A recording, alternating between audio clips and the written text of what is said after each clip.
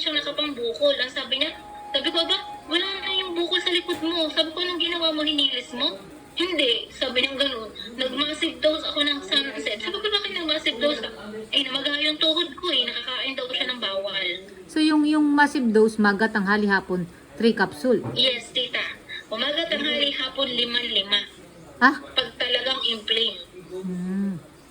5. Pero tita, na-try ko itong... Yes, ang bilis. Itong... Titiisin mo kung gusto mo hindi agad gumaling, edi ibawasan mo ang dosage. Kaso, it takes a month bago siya mag-ipe. Pero, It takes a week. okay po yung sa kidney? Oo, sa kidney. Kasi may inflammation din yun eh, sa kidney. Ah, Diba?